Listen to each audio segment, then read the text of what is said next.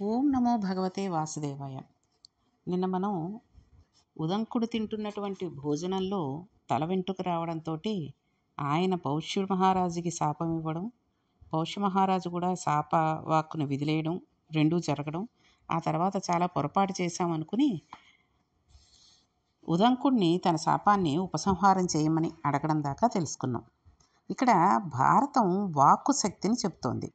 వాక్కు శక్తి అస్త్రశస్త్రాల శక్తి కన్నా గొప్పది. తొందరపడి తపస్సు ఉన్నవాడు వాక్కు వదిలిపెట్టేస్తే అవతలివాడు ఎంత బాధపడిపోతాడో కూడా ఆలోచించవలసి ఉండేటటువంటి మనకి అటువంటి ఆలోచన కూడా ఉండాలి. లేదా ఈ వాక్కు ఇలా వచ్చింది అంటే, తపోనిష్టాగరిష్ఠులైన వ్యక్తుల నోటి వెంట వాక్కు వచ్చింది అంటే దాని వెనక ఏదో ఒక బలమైనటువంటి కారణం కూడా ఉండాలి. లేకపోతే ఆ వాక్కు రాదు అని కూడా మనం తెలుసుకోగలగాలి. ఈశ్వరుడు ఎందుకో ఆ వాక్కు పలికించి ఉండాలి. దాని వెనక ఏదో బలీయమైన కారణం ఉన్నదన్నమాట. ఏదో జరిగి ఉండాలి అన్నది మనం తెలుసుకోవాలి. అందుకనే భారతం చదువుకోవాలి. చదువుకుంటే ఇటువంటివన్నీ తెలుస్తాయి. ఆ వాక్కులకి శక్తి ఏంటి, ఎందుకు భగవంతుడు అలా అనిపించాడు వాళ్ళ చేత అనేటటువంటి విషయం తెలుస్తుంది. నీవు నీ శాపాన్ని ఉపసంహారం చేయి అన్నాడు పౌష్యుడు.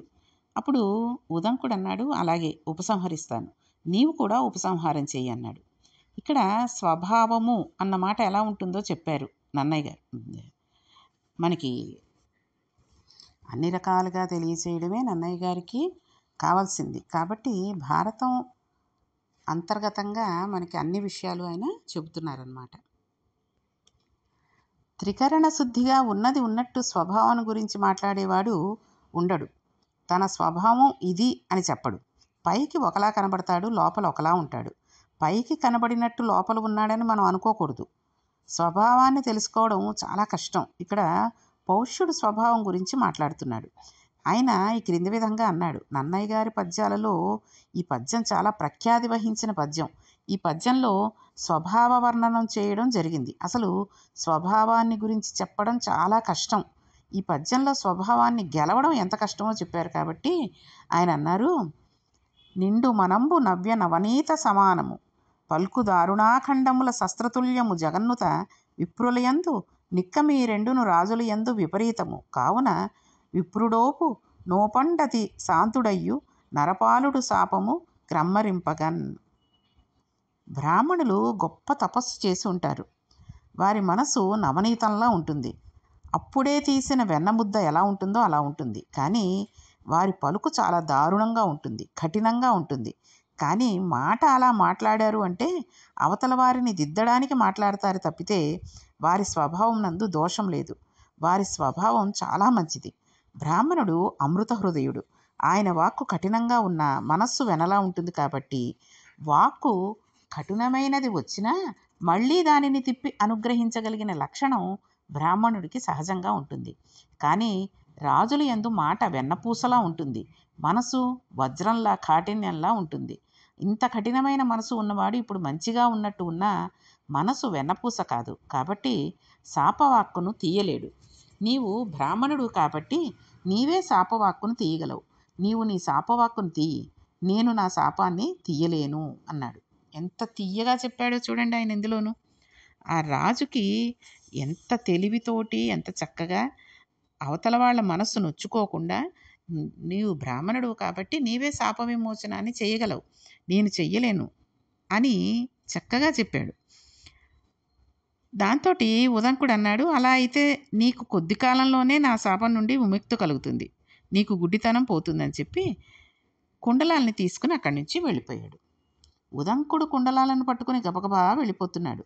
అలా వెడుతూ ఉండగా ఆయన ఆచమనం చేయవలసిన పరిస్థితి వచ్చింది. కాబట్టి కుండలాలను నది ఒడ్డున పెట్టి నదిలోకి దిగి ఆచమనం చేస్తున్నాడు. ఆచమనం చేస్తుంటే తక్షకుడు దిగంబరుడిగా అక్కడికి వచ్చాడు.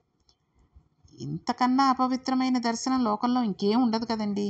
అంత అపవిత్రమైన వాడిగా వచ్చి ఆ కుండలాలను పట్టుకుని పారిపోతున్నాడు. ఉదంకుడు అలా పారిపోతున్న వాడిని చూసి వాడి వెంట పడ్డాడు.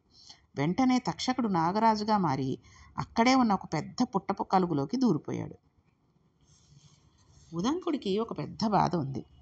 గురువుగారి భార్య ఉదంకునితో సరిగా 4 రోజుల తర్వాత నేను కుండలాలను ధరిస్తాను, అప్పటికి స్నానం చేసి నేను సిద్ధంగా ఉంటాను అని చెప్పింది.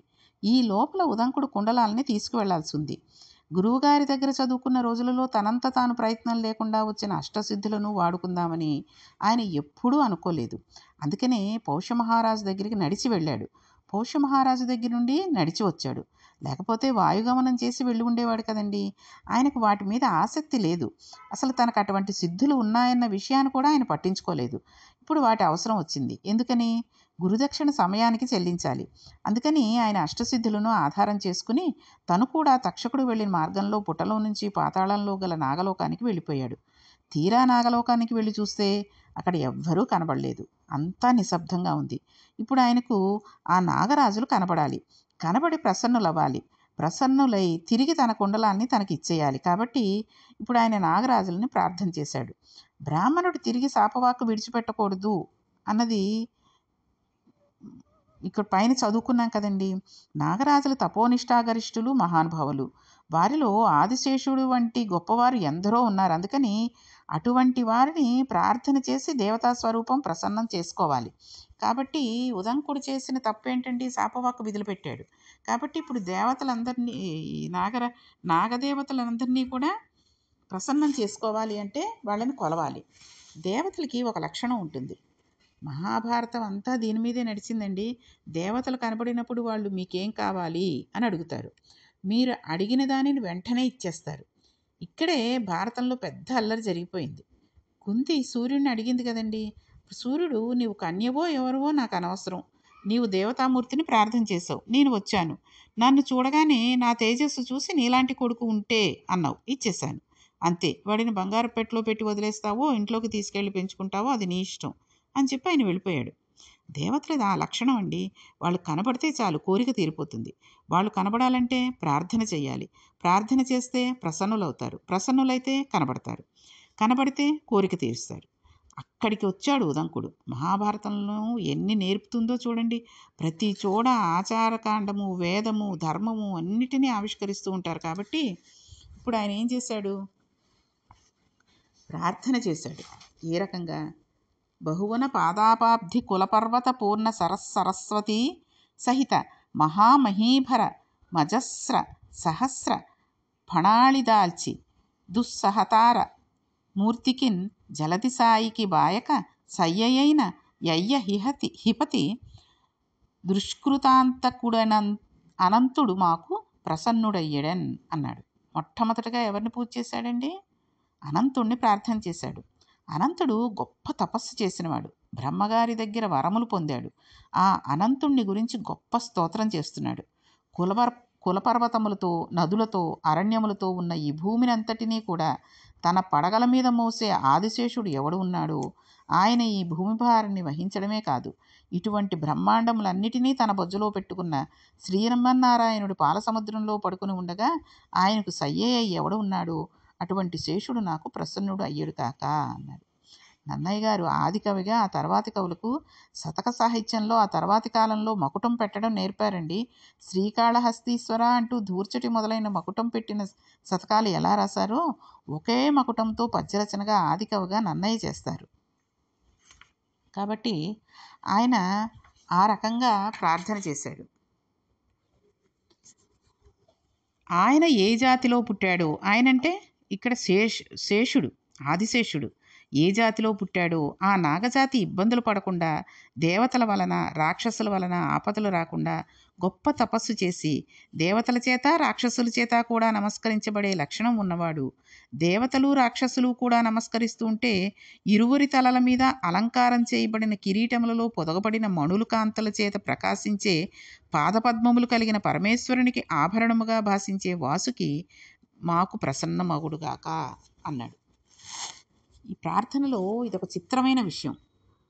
తండ్రి అన్న మాటకు ఒక అర్థం ఉంటుంది. తండ్రికి 5 కొడుకులు ఉన్నట్లయితే వారి హోదాలతో నిమిత్తం లేకుండా తండ్రి అందరి కొడుకుల్ని సమానంగానే చూస్తాడు. వాళ్ళ 5 ఆయన తండ్రే. కన్న తర్వాత వాడు గుణవంతుడైనా గుణం లేనివాడైనా వాడికి ఆయన తండ్రి. ప్రపంచంలో ఇన్ని భూతములు ఉన్నాయి అంటే ఈ భూతాలన్నిటికీ తండ్రి ఎవరండి? పరమేశ్వరుడు. జగతపితరో వందే పార్వతీ పరమేశ్వరో అన్నాడు. మంచి వాళ్ళకు మాత్రమే ఈశ్వరుడు తండ్రి, చెడ్డవాళ్ళకి ఈశ్వరుడు తండ్రి కాదు అనడానికి వీల్లేదు. పరమేశ్వరుడి దగ్గర రాక్షసులు వశవర్తులైతే మనకి అదృష్టం. రాక్షసులు దేవతలు కూడా తండ్రి పరమేశ్వరుడికే నమస్కరిస్తారు. కాబట్టి ఆయన భూతములను అణిచిపెట్టి భక్తులను కాపాడుతూ ఉంటాడు. ఇది పద్యంలో తత్వాన్ని ఆవిష్కరించడం. అటువంటి పరమేశ్వరుడికి ఆభరణమైన వాడు వాసుకి. కేవలం పరమేశ్వరుడు అంటే శక్తి సహితుడని చేయడం ఎలా? ఆ పద్యంలో అందం చూడండి. కాబట్టి అద్రినందనేశ్వరునకు అన్నారు. అద్రినందన అంటే పర్వతరాజపుత్రి పార్వతి. పార్వతికి ఈశ్వరుడు కాబట్టి పరమేశ్వరుడు. ఆయన పార్వతీపతి. పార్వతీపతి అన్నప్పుడు అమ్మవారు కూడా వచ్చి కలిసింది కదండి. అటువంటి వాసికి ఎవరున్నారో ఆయన మాకు ప్రసన్నమగుగాక అని ప్రార్థన చేశారు. చేసి దేవ మనుష్యలోకముల ద్రిమ్మరుచున్ విపుల ప్రతాప సంభావిత శక్తి శౌర్యులు అపార విషోత్కట కోప విస్ఫుర పావకతాపి తాకిల విపక్షులునైన మహానుభావులై రావతకోటి ఘోర పణిరాజులు మాకు ప్రసన్నులయ్యడెన్. ఈ పద్యంలో నన్నయ్య గారు ఎంత పెద్ద సమాసాన్ని వేశారో తెలుసా అండి.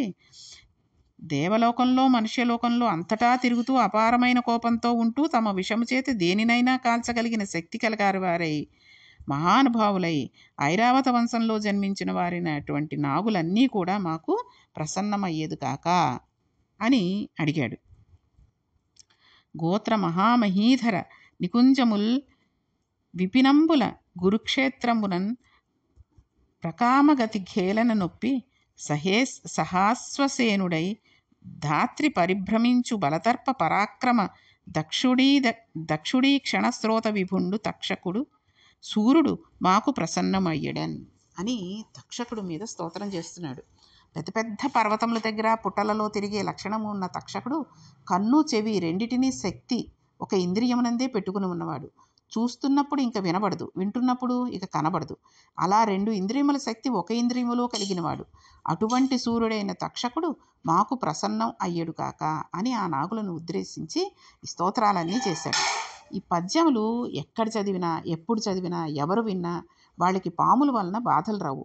అంతేకాకుండా వాళ్ళకి తరుముకు వస్తున్న ఆపదలు ఏమైనా ఉంటే అవి పోతాయి. అందుచేత ఈ పద్యాలు చాలా గొప్పవి అని పెద్దలు చెప్తూ ఉంటారు.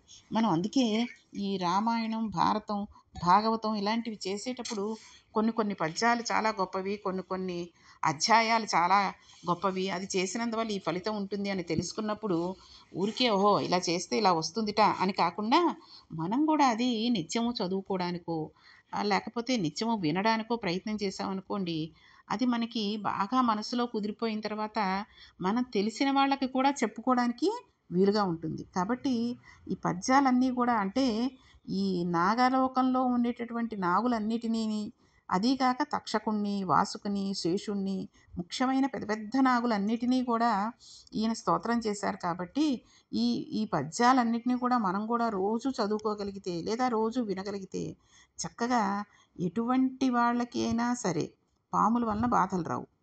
అది కాకుండా తరుముకొస్తున్న ఆపదలు కూడా పోతాయి అంటే ఎంత గొప్ప పద్యాలో చూడండి ఇవి.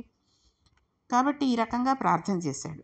ఇప్పుడు ఆ నాగులన్నింటినీ కూడా ఉదంకుడు స్తోత్రం చేశాడు. కానీ వారెవ్వరూ కనబడలేదు. అక్కడ ఒక గుర్రం మీద కూర్చుని ఒక దివ్యమైన పురుషుడు ఒకడు దర్శనమిచ్చాడు. దర్శనమిచ్చి ఆయన నాయన నా దగ్గరికి వచ్చి నా గుర్రం చెవిలో ఒకసారి ఊదవయ్యా అన్నాడు.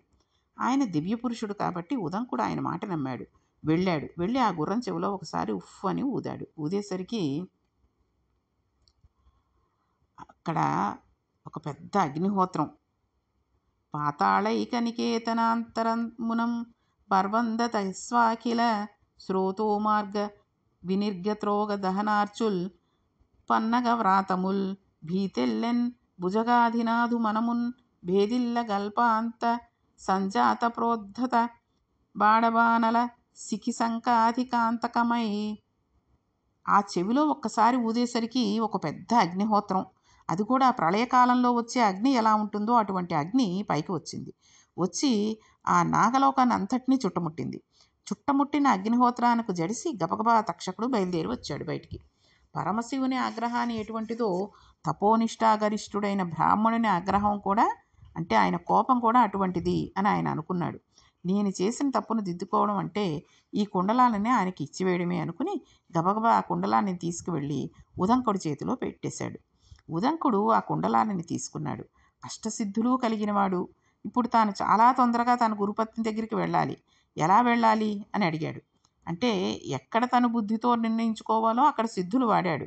ఇప్పుడు అక్కడ దివ్య పురుషుడు ఉన్నాడు కాబట్టి ఇప్పుడు నేను తొందరగా ఎలా వెళ్ళాలి అని ఆయన్ని అడిగాడు. అడిగితే అక్కడ ఉన్న గుర్రాన్ని ఎక్కి వెళ్ళమని ఆ దివ్య పురుషుడు చెప్పాడు.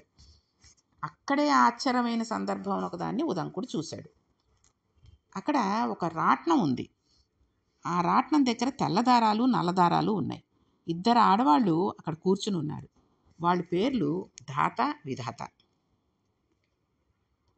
వాళ్ళిద్దరూ అక్కడ నల్లదారాన్ని తీసి చుడుతున్నారు. 12 ఆకులు కలిగిన చక్రం ఒకటి ఉంది. ఆ చక్రాన్ని బలిష్టమైన యువకులు 6 తిప్పుతున్నారు. నాగలోకానికి వెళ్ళినప్పుడు అది తిప్పుతున్న సన్నివేశం ఆయన చూశాడు. ఇప్పుడు గుర్రం మీద ఉన్న దివ్యపురుషుడు నువ్వు ఈ గుర్రం ఎక్కి వెళ్ళిపో అన్నాడు. ఆ గుర్రం ఎక్కి కూర్చున్నాడు. సంకల్పం చేశాడు. గురువుగారి భార్య దగ్గరికి వచ్చాడు. ఆవిడ అప్పుడే స్నానం చేసి వచ్చి కూర్చుని సుముహూర్తం అవుతున్నది, కుండలాలు పెట్టుకోవాలి, శిష్యుడు వచ్చాడా అని చూస్తోంది. అమ్మా వచ్చానమ్మా అని ఉదంకుడు గబగబా తను తెచ్చిన కుండలాల్ని గురుపత్నికి ఇచ్చాడు. కుండలాల్ని పెట్టుకుంది. గురువుగారు కూడా ఎంతో సంతోషించారు. ఉదంకుడి చదువుకి ఒక సార్థకత కలిగింది. అప్పుడు ఉదంకుడు, గురువుగారు నేను మీ దగ్గర చదువుకున్న చదువుకి ఒక సార్థకత కలిగింది. కానీ నాకు ఒక అనుమానం. నేను నాగలోకానికి వెళ్ళినప్పుడు నాకు అక్కడ ఒక పెద్ద రాట్నం కనబడింది. 2 యువతులు కనబడ్డారు. తెల్లదారాలు నల్లదారాలు కనబడ్డాయి. అక్కడ ఉండే యువతులు తెల్లదారాన్ని నల్లదారాన్ని పేర్చి ఆ కండెకి అమరుస్తున్నారు. 12 ఆకుల చక్రం ఉంది. 6 బలిష్టమైన యువకులు ఆ చక్రాన్ని తిప్పుతున్నారు. అక్కడ గుర్రం మీద ఒక పురుషుడు కూర్చుని ఉన్నాడు. వెళ్ళేటప్పుడు ఒక దివ్య పురుషుడు ఒక ఎద్దు మీద కూర్చొని కనబడి నా చేత పేడ తినిపించాడు. గురువుగారు ఇవన్నీ ఏమిటో మీ దగ్గర తెలుసుకుందామని ఉంది. అప్పటికీ అది వారు దివ్య పురుషులు కాబట్టి గురువుగారిని అడిగి తెలుసుకుందామని నేను చూసి వచ్చేశాను. అవన్నీ ఏమిటి అని అడిగాడు. పైలుడు అలవోకగా దానిని విడమర్చాడు. ఆయన అన్నాడు, నీవు గురువుని సేవించావు, గురువుగారి మీద నమ్మకం పెట్టుకున్నావు, గురుదక్షిణ కట్టాలని కదా నువ్వు పెడుతున్నావు. గురుపత్ని అడిగింది అని బయలుదేరావు. దేవతలు నీ చిత్తశుద్ధిని మెచ్చుకుని అటువంటి కుండలాలని తీసుకురావడానికి నీకు గొప్ప శక్తిని ఇవ్వడానికి దేవేంద్రుడు మాయావేషంలో దివ్యపురుషుడిగా ఐరావతాన్ని ఎద్దుగా మార్చుకుని ఎద్దు మీద కూర్చుని నీకు కనబడ్డాడు. అలా ఎద్దు మీద కూర్చున్న ఆయన దేవేంద్రుడు. ఆ ఎద్దు వేసిన పేడ కాదు, అది అమృతం. దేవేంద్రుడు నీతోటి అమృతాన్ని తినిపించాడు. దాని శక్తి వలన నీవు ఆ కుండలాల్ని గ్రహించగలిగావు. అంత మహాపతివ్రత పెట్టుకున్న కుండలాల్ని చేత పట్టుకోవాలంటే నీవు అమృతం తాగిన వాడివై ఉండాలి. కాబట్టి ఆ కుండలాలని పుచ్చుకోగలిగావు. పుచ్చుకొని నీవు వస్తున్నప్పుడు తక్షకుడు వాటిని తీసుకుపోయాడు. నీవు నాగలోకానికి వెళ్ళావు. అక్కడ నీకు ఒక పెద్ద రాట్నం కనబడింది. ఆ రాటం దగ్గర 2 స్త్రీలు కూర్చున్నారు. వాళ్ళు ధాత విధాత. ధాత అన్న శబ్దానికి అర్థం ఏమిటంటే మళ్ళీ మళ్ళీ ఈ లోకంలో ప్రాణులను సృజించే ఈశ్వరుని ఒక స్వరూపానికి ధాత అని పేరు.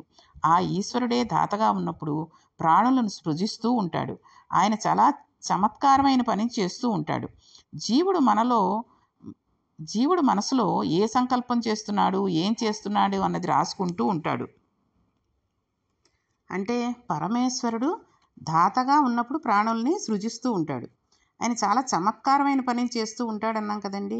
ఏం చేస్తాడు అన్నది మనిషి మనస్సులో ఏం చేస్తూ ఉంటాడు, ఏం సంకల్పం చేస్తూ ఉంటాడు అనేది రాసుకుంటూ ఉంటాడు. అదే గమ్మత్తైన పని. రాసుకుని ఆ కర్మ ఫలితాన్ని అనుభవించడానికి మళ్ళీ ఇంకొక కొత్త శరీరాన్ని ఇస్తూ ఉంటాడు. మళ్ళీ పుట్టిస్తూ ఉంటాడు. మళ్ళీ కర్మ చేసిందంతా రాసుకుంటూ ఉంటాడు. ఇదంతా చేసేవాడు ధాత. చేసిన కర్మకు ఫలితాన్ని ఇచ్చేటప్పుడు ఇదిగో ఈ పాపం చేసావు, ఈ ఫలితాన్ని అనుభవించు, ఈ పుణ్యం చేసావు, ఈ ఫలితాన్ని అనుభవించు అని వాటిని అనుభవింపచేస్తాడు. ఫలితం అనుభవించడం చేత పాపం పోతుంది, పుణ్యము పోతుంది. మళ్ళీ చేసుకుంటూ పోతే మళ్ళీ పుణ్యపాపాలు మన ఖాతాలో పడిపోతూ ఉంటాయి. అది మన ఇష్టం మీద ఆధారపడి ఉంటుంది. ఈ విధంగా పాపపుణ్యాలను కర్మరూపంలో చేసే ఈశ్వరుని శక్తి స్వరూపానికి విధాత అని పేరు. కాబట్టి ఆ ఈశ్వరుడే ధాత విధాతలుగా నీకు సృష్టికర్తగా, స్థితికర్తగా, తదనంతర ప్రళయకర్తగా, సృష్టిగా 3 మూర్తులుగా తిరిగే ఈశ్వర రూపంగా 2గా అక్కడ నీకు కనబడింది. వాళ్ళు ఏం చేస్తున్నారో తెలుసు కదా నీకు.